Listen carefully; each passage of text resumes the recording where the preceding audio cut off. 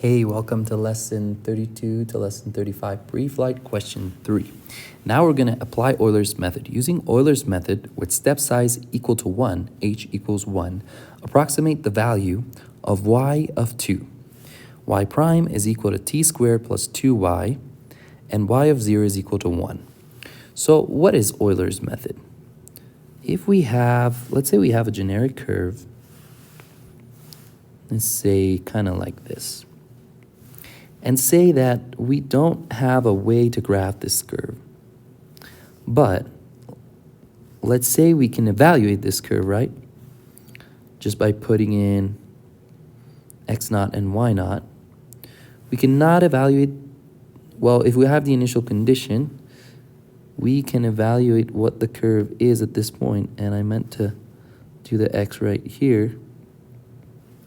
This would be our initial point. Then we don't have a formula for the value for the curve, but we do have a formula for the slope of it. It's this one right here. And let me make this t naught to match the variables, t naught. And this is the t-axis, this is the y-axis. We do have a formula for the slope right here. So why don't we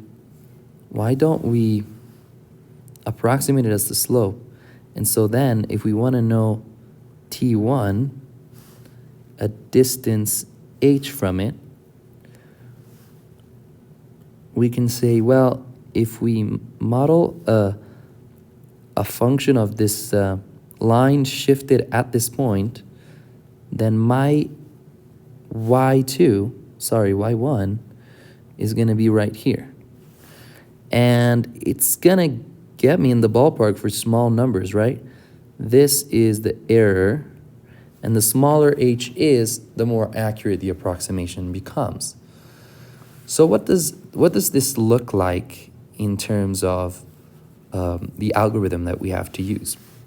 Well, if we're trying to approximate a line at that point, what we would say is that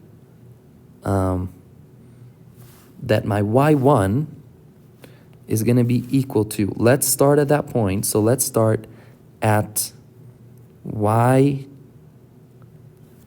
equals y of t of 0, and let's then add the derivative at that point, and that's going to be with respect to two variables. And let's say that this is also with respect to two variables.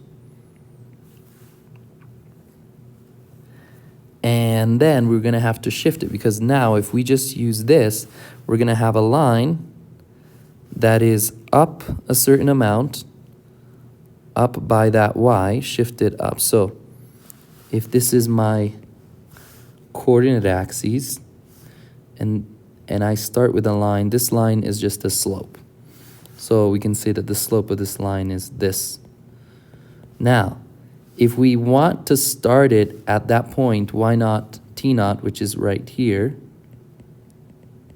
what we want to do is we want to shift it up by y naught. So we add y naught. So that's y naught. Okay, and that's probably why I should just keep it like this. But that's y naught. And then we want to shift it to the right by an amount t naught. So this is why here we're going to have y minus t naught. And once we do that, we just follow the subscripts. So let's see what initial conditions we have. Y naught is equal to y of t naught. It's the y value at the evaluated at t. So this curve, assuming we had it, evaluated at t, we get y naught. Well, we don't have the curve, but we do have the initial condition that gives us that information. So that is equal to 1. And our initial t value is 0, as you see from inside the y of 0, right? And the h is 1. So let me give you another clue as well. let's say that t1 is equal to t naught plus h, right? To go to the next step, we take t naught, we add h, and we get to t1. And then to get to t2, we add another h. So let's put that stuff in here. What would we get?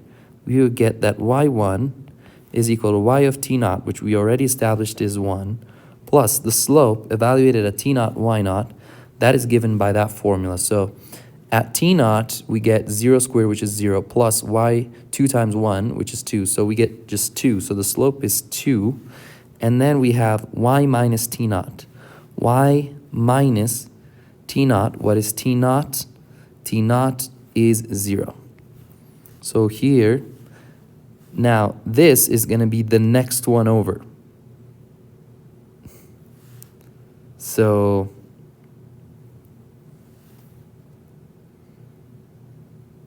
and I meant to put, sorry, I think I confused you. I meant to put a t in here. This is going to be the next one over, the next t over.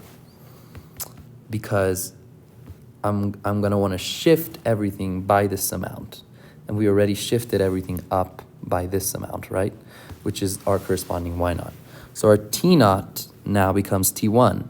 And t1 is t naught plus h, which is 0 plus 1. So we get 1 plus 2 times 0 plus 1, which is 1 minus 0. So the whole thing is 3.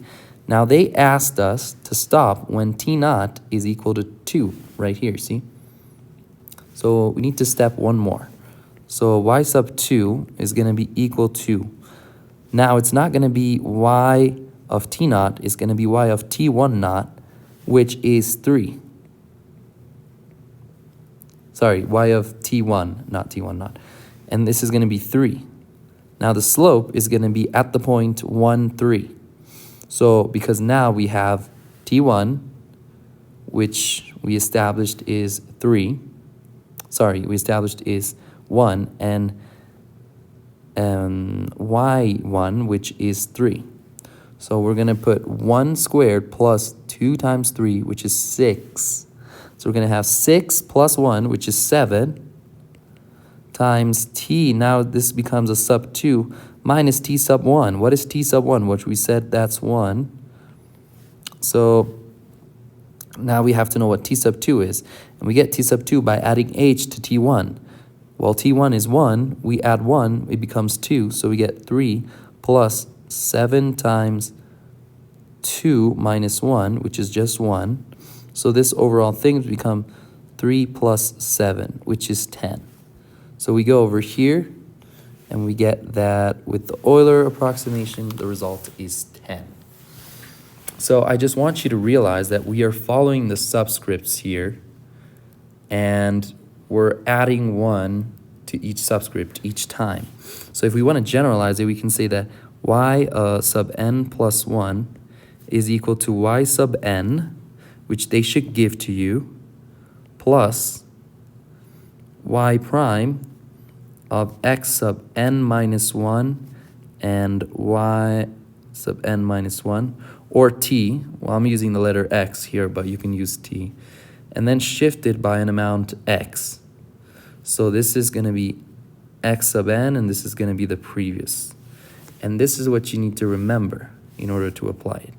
You can put this in a computer, and it becomes quite easier. All right. Well, I hope this was useful, and I'll see you next time.